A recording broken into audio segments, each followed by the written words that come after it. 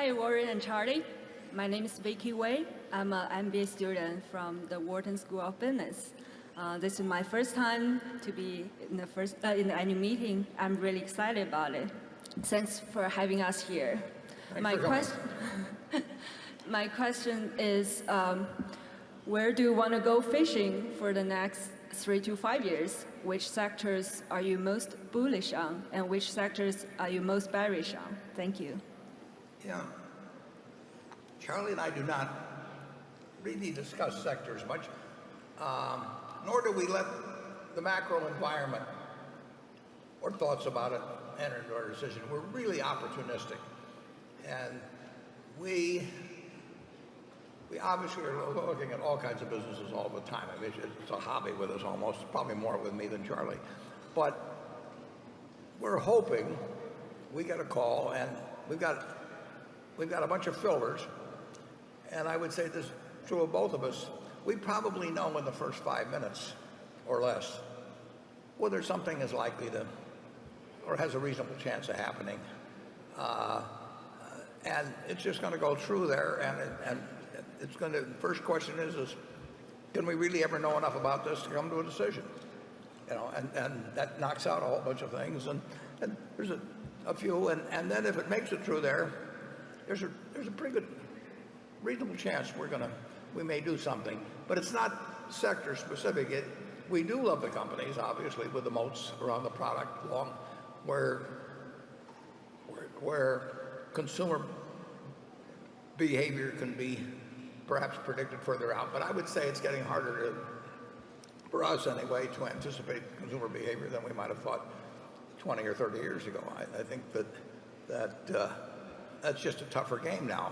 But we'll measure it, and we'll look at it in terms of returns on present capital, returns on prospective capital. A lot of people give you some signals as to what kind of people they are, even in talking in the first 5 minutes, and whether you're likely to actually have a satisfactory arrangement with them over time. So a lot of things go on fast, but we know the kind of sectors we kind of like to, or the type of business we kind of like to end up in, but we don't really say we're going to go after companies in this field or that field or another field. Charlie, you want to? Yeah, some of our subsidiaries do little bolt-on acquisitions that make sense, and that's going on all the time.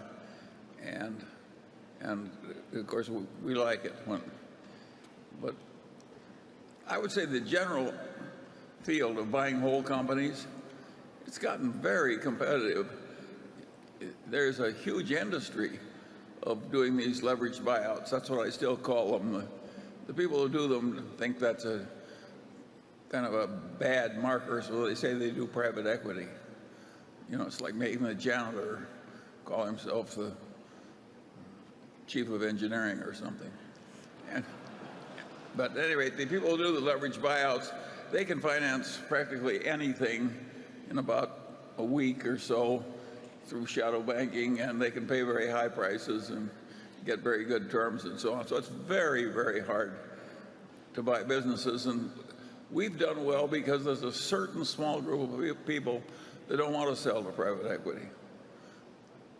And they love the business so much they don't want it just dressed up for resale. We had a guy some years ago came to see me, and he was 61 at the time, and he said, "Look, I've got a fine business. I got all the money I could possibly need, but," he said, there's only one thing that worries me when I drive to work." Actually, there's more than one guy that's told me that's used the same term.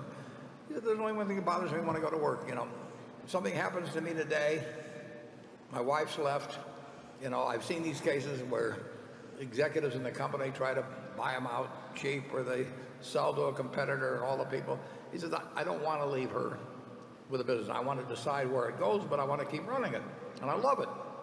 And he said, "I thought about selling it to a competitor, but if I sell it to a competitor, you know, their CFO is going to become the CFO of the new company, and they're, you know, on down the line, and all these people who helped me build the business, you know, a lot of them are going to get dumped, and I'll walk away with a ton of money, and some of them will lose their job. He said, I don't want to do that. And he said, I can sell it to a leveraged buyout firm who would prefer to call themselves private equity, but they're going to leverage it to the hilt, and they're going to resell it, and they're going to dress it up some, but in the end, it's not going to be in the same place. I don't know where it's going to go. He said, I don't want to do that. So he said, it isn't because you're so special.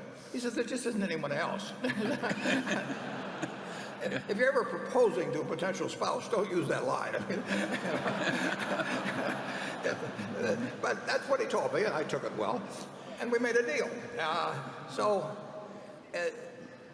Logically, unless somebody has that attitude, we should lose in this market. I mean, you can borrow so much money so cheap, and we're looking at the money as pretty much all equity capital, and we're not competitive with somebody that's going to have a very significant portion of the purchase price carried in debt, maybe averaging 4% or something. And he won't take the losses if it goes down. He gets part of the profit if it goes up. Yeah, his calculus is just so different than ours, and he's got the money to make the deal. So if all you care about is getting the highest price for your business, we are not a good call. And we will get some calls in any event, and we can offer something that wouldn't call it unique, but it's unusual. The person that sold us that business, and a couple of others that actually, it's almost word for word the same thing they say. They are all happy with the sale they made, very happy, and they have lots and lots and lots of money, and they're doing what they love doing, which is still running the business, and they know that they made a decision that will leave their family and the people who work with them all their lives in the best possible position. And that's, in their equation, they have done what's best. But that is not the equation of many people, and it certainly isn't the equation of somebody who buys it and borrows every dime they can with the idea of reselling it after they maybe dress up the accounting and do some other things. But when the disparity gets so wide between what a heavily debt financed purchase will bring as against an equity type purchase, it gets to be tougher. There's just no question about it, and it'll stay that way. But it's been tough for a long time, and we've bought some good businesses. Yeah.